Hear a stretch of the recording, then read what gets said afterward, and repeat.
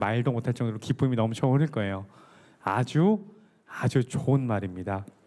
오늘 너무 감사하다고 고맙습니다 인사드리고 우리 함께 또한 기도하는 우리가 되길 간절히 소망합니다. 여러분 아주 복된 시간 함께함에 감사합니다. 우리 함께 또 이 말씀을 읽겠습니다. 오늘 우리 함께 읽은 말씀은요, 고린도전서 14장 20절부터 25절의 말씀입니다. 오늘 우리가 함께 읽을 본문은 고린도전서 14장 20절에서 25절까지의 말씀입니다.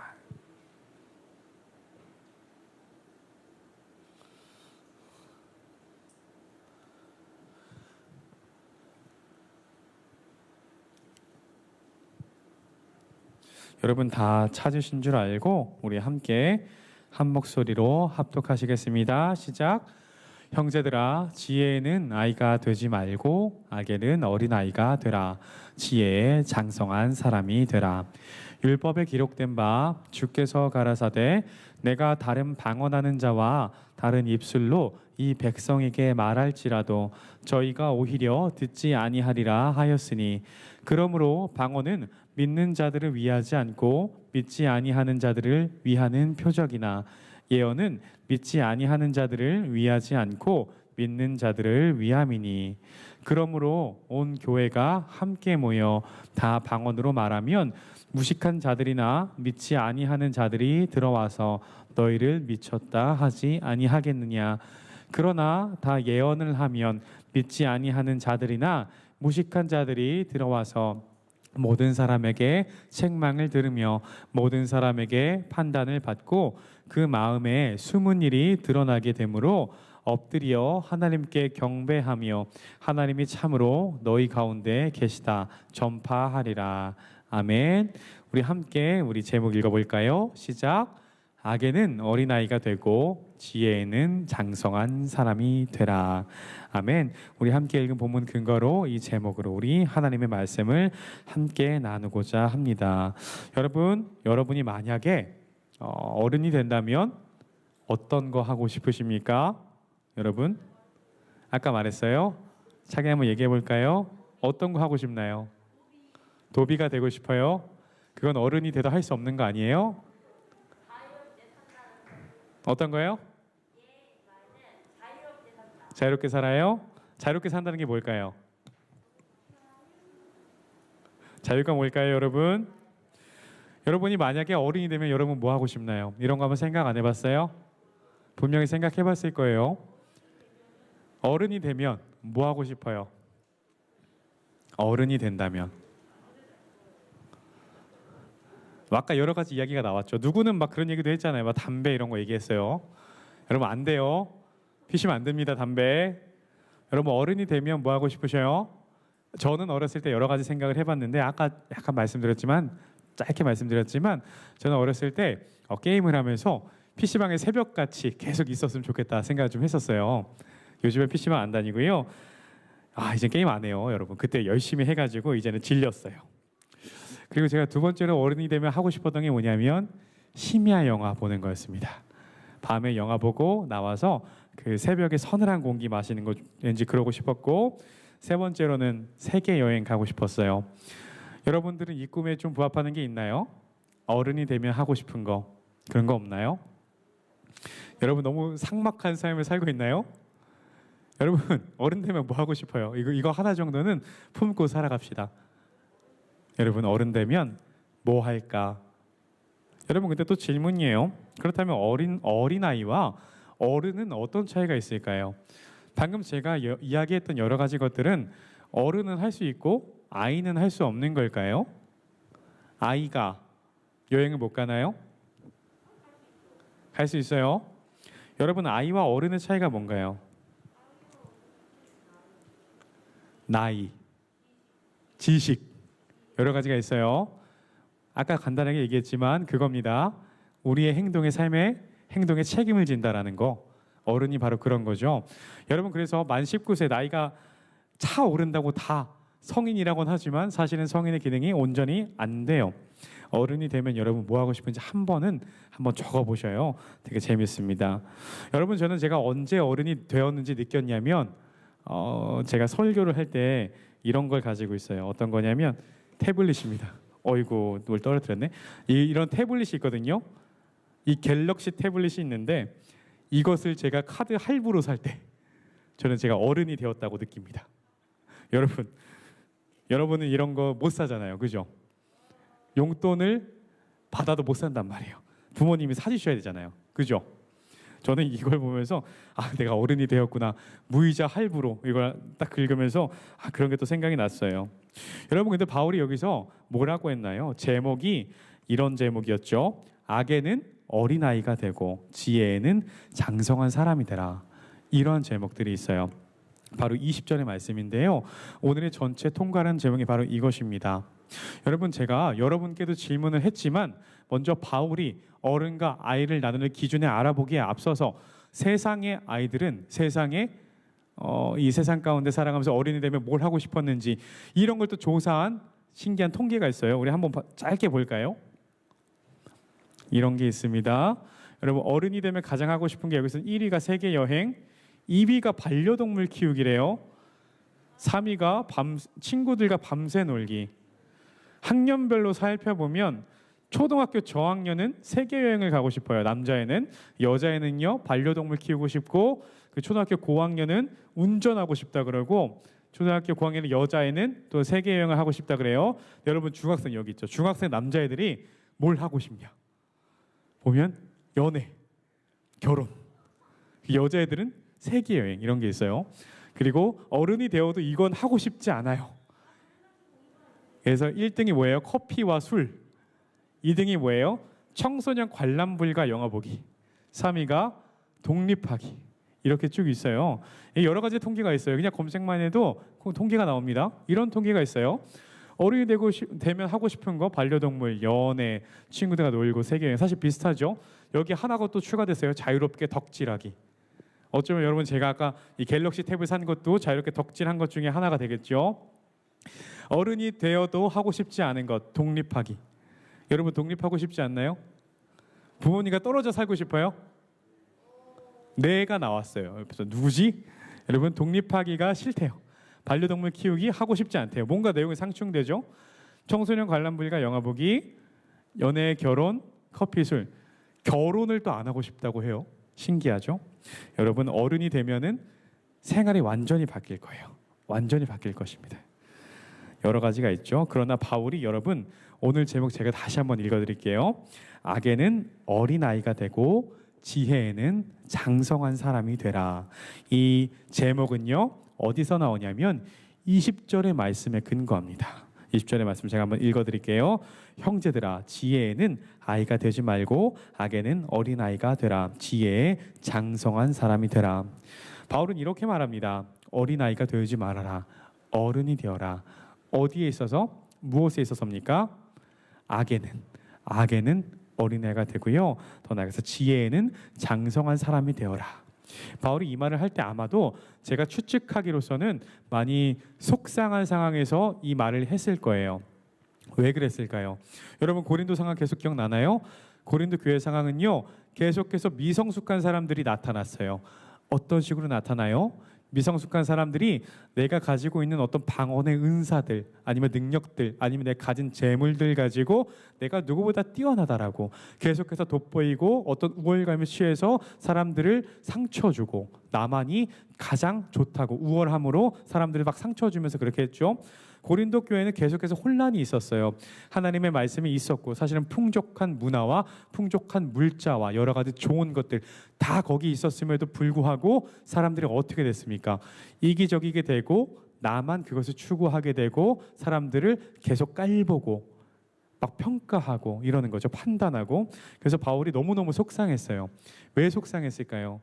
바울은요, 이 고린도 교회를 수많은 시간을 기도하면서 개척했던 교회입니다. 그리고 이 고린도 교회는요, 어떤 교회보다도 기대를 하고 있었어요. 왜 그럴까요? 조금 전에 말씀드렸던 그 조건들이 있습니다. 아까 말씀드렸죠? 문화적으로 너무 좋아요. 어디에 있었습니까? 고린도 교회는요, 그 헬라 문화, 그러니까 그리스 로마권에 있었고요. 그리고 아주 좋은 지중해 중심에 있었고요. 거기에 물류가 왔다 갔다 하면서 뭐가 모입니까? 사람들이 모이고 돈들이 모이고 수많은 물건들, 다른 데 가면 볼 수 없는 것들 다 여기서 나타났어요. 바울은 기대했을 겁니다. 어떤 것으로 기대해요? 이곳 가운데에서 교회가 온전함으로 세워진다면 여기에 왔던 수많은 여행객들이 하나님의 복음을 알고만 가도 다른 나라 가면 자기 고향 돌아가면 하나님의 복음이 이거였을 거라고 이렇게 막 선포하고 다녔겠죠. 이것이 바로 하나님의 복음이다. 내가 고린도 교회 가서 배웠던 것들이다. 그리고 봤던 참된 진리다. 여러 가지 상황들, 좋은 것들이 나타날 수 있었던 수많은 좋은 환경에서 나타났던 그 결과 우리가 말씀으로 보면은 어떤 게 나타나나요? 바울은 탄식해요. 아, 이게 뭐냐? 이게 뭐냐? 왜 이렇게 좋은 환경 속에서 너희는 좋은 것들을 풍족하게 누리는 것으로 끝나는 것이 아니고 니들만 그것을 누리려고 하고 왜 사람을 판단하고 정죄하고 네가 막 더 높은 것처럼 이야기하느냐? 그 중에 하나 큰 문제가 뭐냐면 고린도전서 14장에서 계속 나왔던 얘기가 바로 방언입니다. 방언. 여러분 방언이 뭐예요? 제가 지지난주에 말씀드렸죠. 여러분 방언이 뭔지 기억나십니까? 방언이 뭔지 기억나셔요? PPT 한번 볼까요? 그럼 방언 함께 한 목소리 읽어보겠습니다. 시작. 신약 시대에 성령에 힘입어 제자들이 자기도 모르는 왜곡말을 하여 이방인을 놀라게 한 말 또는 황홀 상태에서 성령에 의하여 말해진다는 내용을 알 수 없는 말입니다. 바울은요, 이 방언에 대해서 굉장히 조심하도록 가르쳤어요. 왜일까요? 왜일까요? 계속해서 나타나는 상황들이 있었죠. 은사를 가지고 여러분 은사의 개념이 뭐였죠? 하나님께서 이 공동체를 위해서 주신 능력들이죠. 이 공동체를 위해서 주신 거예요. 근데 이 사람들은 뭘 위해서 은사를 나타냈을까요? 뭘 위해서? 나 자신을 위해서. 왜? 나 자신이 돋보이기 위해. 그렇다면 나 자신이 돋보이다 보면 여러분 하나님 어디 계셔요? 나만 드러나면 하나님은 어디 계십니까? 하나님이 없죠. 이 사람들은요 하나님의 자녀들이고 하나님께서 사랑하시는 사람들의 모임이었음에도 불구하고 은사에 치중되고 스스로만 집중한 나머지 뭐가 없었을까요? 그 가운데 하나님이 없었습니다. 이 사람들은 하나님이 없었어요. 안타깝죠. 그래서 바울이 방언에 대해서 좀 조심하라고 가르쳐요. 그리고 방언 말고 여러분 다른 말 기억나십니까? 무슨 그래요. 예언이에요. 여러분 예언이 뭡니까? 예언이 두 가지 개념이 있죠. 첫 번째로 일반적인 개념의 예언이 뭡니까? 우리 한번 PPT 볼까요? 예언이란 우리 한번 읽어볼게요. 시작. 앞으로 다가올 일을 미리 알거나 짐작하여 말함. 여러분 이거 참고로 우리 함께 먼저 봤었던 거예요. 그대로 제가 또 한 번 쓰는 겁니다. 여러분이 기억 못할 수도 있으니까 한 번 더 반복해서 짚어가고 있는 거예요. 일반적으로 예언이란 이러한 정의를 띱니다. 다시 한번 읽어볼까요? 앞으로 다가올 일을 미리 알거나 짐작하여 말함. 근데 바울이 방언은 가급적 금해요. 어디서 금합니까? 교회에서 대중들 앞에서 방언을 금해요. 근데 예언을 하래요.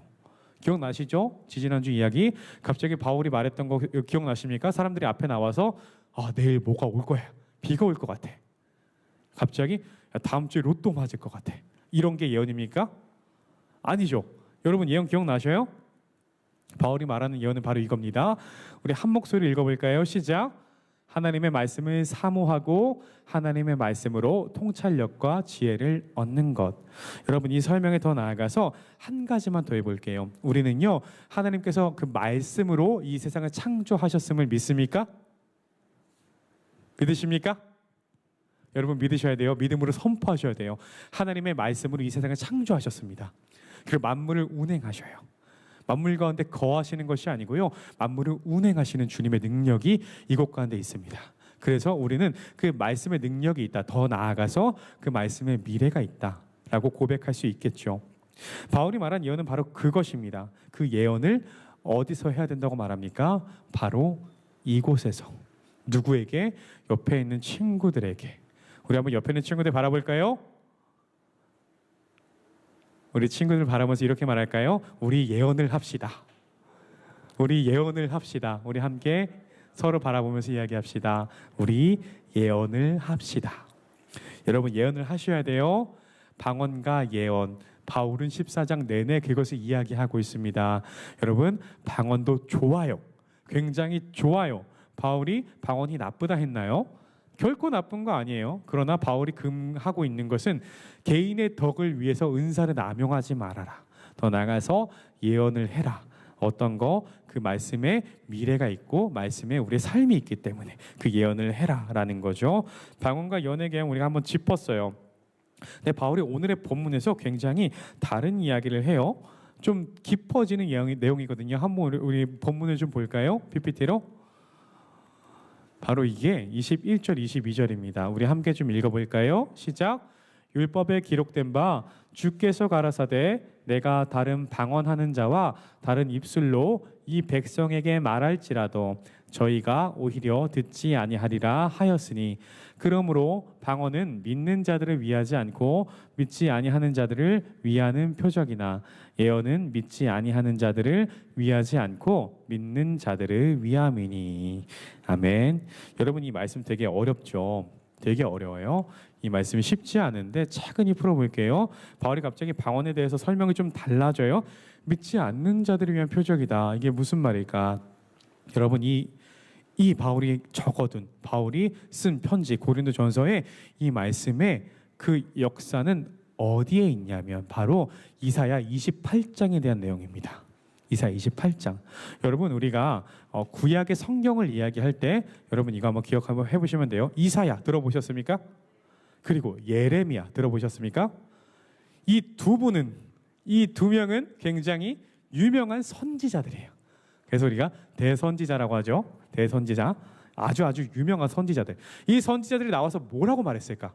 큰 맥락으로. 이 선지자는 왔어요. 어디 와? 회중에 와. 와서 뭐라고 해? 니들 회개해라. 왜? 하나님의 심판이 가까워졌다. 왜? 이유가 뭘까요? 우리가 죄악된 삶을 살아서, 우리가 우리 멋대로 살아서, 우리가 하나님의 말씀에 순종하지 않고 내 뜻대로 하나님의 뜻 해석하면서 멋대로 사니까 이 두 사람이 와서 했던 얘기가 뭐예요? 너네 회개해라. 제발 좀 회개해라. 돌이켜라. 이 두 사람 보통 이런 얘기를 합니다. 이사야 28장의 내용들이 어떤 내용이냐면 여러분 이거예요. 여러분 이스라엘 백성은 하나님의 사랑을 받는 백성이었을까요? 아니었을까요? 이스라엘 백성 사랑 받았을 것 같아요? 안 받았을 것 같아요? 여러분은 하나님의 사랑 받고 있어요? 안 받고 있어요? 받고 있죠? 사랑 받고 있었단 말이에요. 근데 사랑 받고 있는데 여러분 사랑 준 그 대상이 나랑 멀어졌어. 여러분 마음이 어떨 것 같아? 너무너무 슬프죠? 여러분 혹시 학교에 좋아하는 사람이 있습니까? 없어요? 있어요? 아니 좋아하는 사람한테 고백을 했는데 더 멀어졌어. 얼마나 속상해 여러분. 얼마나 속상해. 이거 모르는 사람 있어요? 전혀 모르겠어? 건이가 지금 전혀 모르겠다고. 몰라요? 여러분 내가 고백을 했는데 나는 차인 적이 없다. 손. 고백을 해본 적이 없어요? 여러분 아까 성인 되면 뭐 하고 싶은지 보셨죠? 성인 되면 연애 많이 하시고 여러분 연애하실 때 그 가운데 하나님의 사랑으로 서로 사랑하셔야 됩니다. 아시겠죠? 여러분 갑자기 이 얘기를 왜 했냐? 그 이스라엘 백성 얼마나 하나님께서 사랑하셨습니까? 근데 이 이스라엘 백성이 하나님으로부터 멀어져요. 어떻게 멀어졌을까요? 죄를 짓고 말씀을 순종하지 않았기 때문에. 그래서 이사야는 계속해서 말했어요. 경고의 말을 했습니다. 어떤 말을 했냐면 바로 심판의 말입니다. 이 심판의 말이 뭐냐면 처음에는 하나님께서 누구를 보내셨죠? 아까 두 명의 인물? 이사야와 그리고 예레미야를 보내서 뭐라고 하셨습니까? 너네 이제 하나님의 심판이 임할 것이다. 곧 죽을 거야. 그러니 제발 돌이켜라. 이렇게 말했는데 들었을까 안 들었을까? 안 들었지. 들었으면 우리가 성경 뒷내용 필요 없어요. 다 들었으면 여전히 우리 순종함으로 기쁨으로 사랑이 넘쳐나는 복된 시간을 가졌을 거야. 근데 왜 그 사람들은 사랑하지 않았어? 아니 사랑했음에도 멀어졌어. 회개하지 않았어요. 그래서 문제가 나타났습니다. 어떻게 문제가 나타나냐?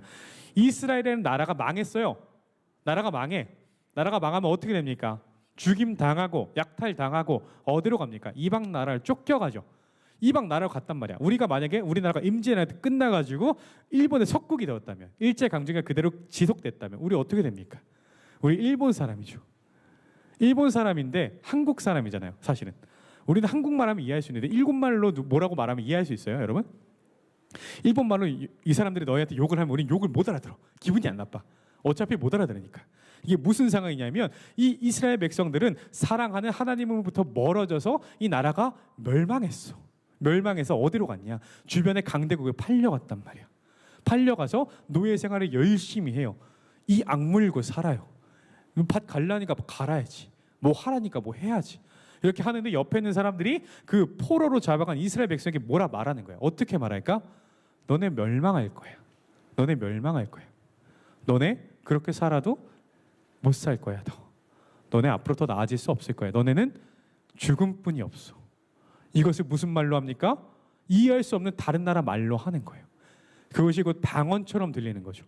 그 포로로 팔려간 이스라엘 백성들이 그 상황에서 하나님의 말씀을 순종하지 못하고 사랑으로부터 멀어졌던 그 삶을 살아갔던 그 사람들이 포로로 팔려간 그 나라에서 뭐라고 듣습니까?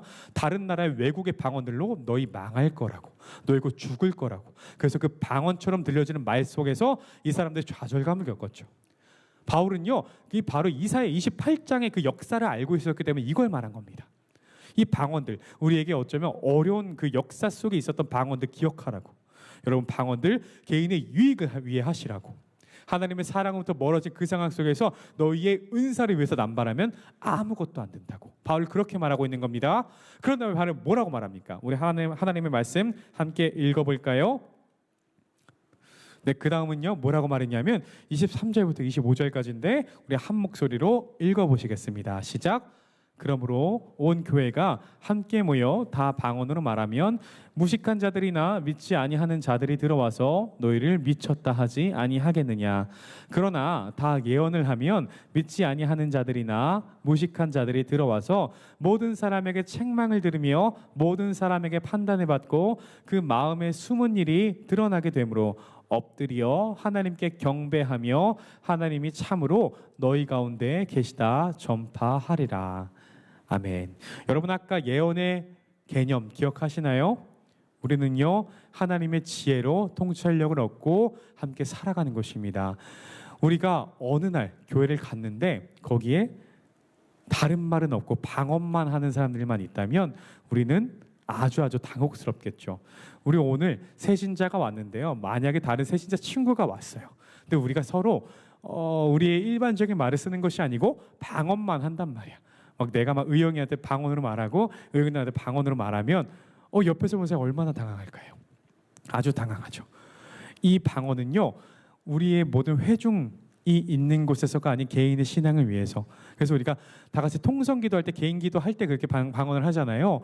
그것을 왜 방언 기도를 그 개인 기도를 하냐면 그때만큼 깊어지는 때가 없기 때문입니다. 여러분, 우리의 신앙을 위해서 방언을 하셔야 돼요. 옆 사람과 이야기할 때 방언으로 한다. 이것은 바울은 추천하지 않습니다. 잘못된 것입니다. 우리는요 방언으로 끝나면 안 돼요. 방언 당연히 하셔야 되지만 우리의 기도의 자리에 나아가서 간절히 간구함으로 방언을 하셔야 되고요. 더 나아가서 무슨 말이 나타나야 됩니까? 바로 예언의 말씀이 나타나야 합니다. 예언의 말씀. 아까 말씀드렸죠. 그 개념 기억나시나요? 한 번만 더 읽어볼게요. 한 번만 더. 바울이 말하는 예언과 함께 읽겠습니다. 시작. 하나님의 말씀을 사모하고 하나님의 말씀으로 통찰력과 지혜를 얻는 것. 여러분, 하나님의 말씀으로 나아가셔야 됩니다. 그러한 예언이 이곳 가운데 나타나야 됩니다. 방언이 아니라 예언으로. 방언은 언제 합니까? 여러분 주의 전에 나와서 간절히 기도하는 그 우리 통성 기도 시간 때, 기도할 때 우리의 개인의 신앙을 하나님께 다 토로하시면 돼요. 기도하시면서 나아가시면 돼요. 그러시면 여러분, 우리는 이 공동체를 저해하거나 이 물을 흐리거나 이러는 것이 아니라요, 우리의 신앙이 깊어지고 더 나아가서 우리의 공동체가 더욱더 우리 하나하나가 깊어짐으로 공동체가 다 같이 깊어지겠죠. 그 사이사이에 어떤 말을 합니까? 하나님의 말씀을 나눕니다. 지혜의 언어를 나눕니다. 하나님의 참된 그 미래를 나눕니다. 그렇게 됐을 때 여러분, 그 은혜가 우리의 삶 가운데 충만히 임할 줄 믿습니다. 여러분, 마지막 20절 함께 다시 한번 읽어볼게요. 함께 다시 한번. 오늘의 전체를 통과하는 우리 전체 주제에 대한 말씀입니다. 우리 함께 한 목소리로 읽어보겠습니다. 시작. 형제들아, 지혜에는 아이가 되지 말고 악에는 어린아이가 되라. 지혜에 장성한 사람이 되라. 아멘. 여러분이 헬라어 원전에 보면요, 지혜에 장성한 사람이 되라라는 것이요, 어떠한 부분에 도달해서 끝나는 말이 아닙니다. 우리가 아까 성인 얘기를 했죠. 성인을 나누는 기준, 나라에서는 만 19세 이상이면 다 성인이라고 한단 말이에요. 성인이 되면은 이후에도 앞으로 우리는 계속 성인이에요. 그러나 바울은요, 이 본문의 말씀에서 우리에게 지혜에 장성한 사람이 되라고 할 때 헬라어적 원문으로는 이것은요, 계속해서 완료되어가는 우리의 모습들입니다. 장성에는 끝이 없어요. 계속 주님 안에서 깊어지셔야 되고, 계속 주님과 동행하셔야 되고, 계속 주님과 동행하시며 더욱더 성장하셔야 된다는 말입니다. 여러분, 우리의 삶은요, 여러분 앞으로 성장기 계속해서 나타나갈 거예요. 나아갈 그 삶 가운데 무엇보다 더 중요한 것이 뭐냐면 하나님의 지혜로 장성한 사람이 되어야 된다는 것입니다. 하나님의 지혜, 여러분 지금 우리가 성경을 이렇게 한 권을 가지고 있어요. 이 성경에는 몇 권의 성경이 들어가 있을까요? 여러분, 구약 성경 총 몇 권이죠? 이거 다 아시죠? 구약 성경이 몇 권이죠? 네, 응원 39권. 여러분, 그래 신약 성경 몇 권입니까? 27권. 여러분 기억하셔요? 3, 9, 27이잖아요. 3 곱하기 5, 27. 9구단 기억하셔요? 이 하나로 보이는 성경에는 66권의 성경이 있습니다. 이것에는 하나님의 지혜가 있습니다. 이 지혜는 언제부터 있었습니까? 태초부터 있었던 하나님의 말씀입니다. 이 삶이, 우리의 역사가, 수많은 정권들이 바뀌어가는 우리의 역사, 여러분 역사 공부하셔서 아시죠? 고조선부터 계속해서 나타나는 나라의 변화들, 변천사들, 문화들, 법들 바뀌어간단 말이에요. 그러나 여러분 한번 기억해 보셔요. 한번 되돌아보셔요. 하나님의 말씀이 중간중간 바뀐 적 있습니까? 없어요. 하나님의 말씀은 언제나 같았습니다. 그리고 그것은 앞으로도 영원할 것입니다. 이 지혜에 장성한 사람이 되라는 것, 여러분 이 바뀌어가는 세상의 흐름에 좌지우지하지 마시고 흔들리지 마시고 절대 흔들리지 않는 변함없는 하나님의 참된 은혜의 말씀 붙들고 가라는 말입니다. 장성한 자, 여러분 하나님의 은혜 가운데 그 지혜에 장성한 사람이 되어서 어디로 나아가야 되겠습니까? 이 세상 가운데 하나님의 복음을 모르는 자들에게 가서 무엇을 선포해야 되겠습니까? 변하지 않은 참된 진리, 영원한 하나님의 말씀 선포하셔야 됩니다. 여러분 믿으십니까? 여러분 그러셔야 돼요. 우리에게 주신 하나님의 명령이십니다. 더 나아가서 여러분, 우리가 6월 달에 무엇을 합니까? 6월 달에 뭐예요? 주보에 있어요. 총출석 주일입니다. 여러분, 우리가 총출석 주일을 합니다. 이때 우리가 여러분께 부탁드릴 것이 있습니다. 무엇이냐면 우리가 더 많은 사람들이 주의 전에 나와서 하나님의 그 능력과 은혜와 영광을 바라보길 원해요. 근데 여러분, 그것은요 저 혼자 해서도 안 되고 선생님들만 해서도 안 됩니다. 누가 해야 됩니까? 바로 여러분들이 하셔야 돼요. 여러분들이 사랑하는 친구들을 데리고 오시고, 또 근데 교회 못 나왔던 친구들 기억나시죠? 한 1년 전, 2년 전 같이 뛰어놀았던 친구들 분명 있을 거예요. 근데 그 친구들 교회 안 보인단 말이에요.